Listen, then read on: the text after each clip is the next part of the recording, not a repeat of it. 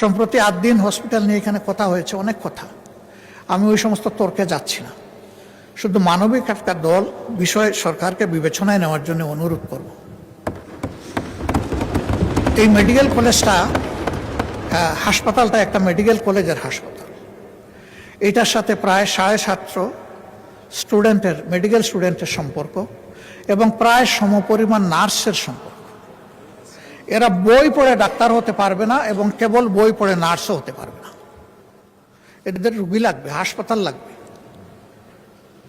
তাদের কোনো বিকল্প অ্যারেঞ্জমেন্ট না করে এই হাসপাতাল যদি বন্ধ রাখা হয়, তাহলে এই ছাত্রছাত্রীদের ক্যারিয়ারের দায়িত্ব কে নেবে?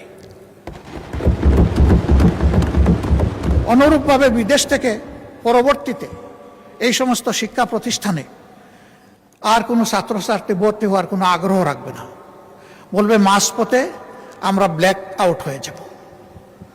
এই সিদ্ধান্তহীন, অস্থিতিশীল, অনিশ্চিত গন্তব্যে আমরা যাব না। তাতে কি দেশের লাভ হবে? এখানে যারা কর্মকর্তা কর্মচারী আছে, যারা মালিক পক্ষ আছে, সংগঠিত গঠনের জন্য আমরা সকলেই খুবই অনুতপ্ত, আমরা শোকাহত। সঠিক তদন্তের মাধ্যমে কারো দোষ প্রমাণিত হলে তার বিচার হোক, শাস্তি হোক, আমাদের কোনো আপত্তি নেই। কিন্তু প্রতিষ্ঠানের প্রয়োজনীয় সংস্কার যেটা দরকার, সময় বেঁধে দিয়ে সেটা করে এই হসপিটাল অতি সত্বর খুলে না দিলে এই সমস্ত জিনিস হুমকিতে পড়বে। এটা ঠিক, হয়তোবা তাদের কোনো দুর্বলতার কারণে এই ঘটনা ঘটেছে, কিন্তু এটাও ঠিক যে এখান থেকে লক্ষ লক্ষ মানুষ সেবা পেয়েছে এবং তারা এমন কিছু সেবার রেভিনিউ এখানে দিতে পেরেছে।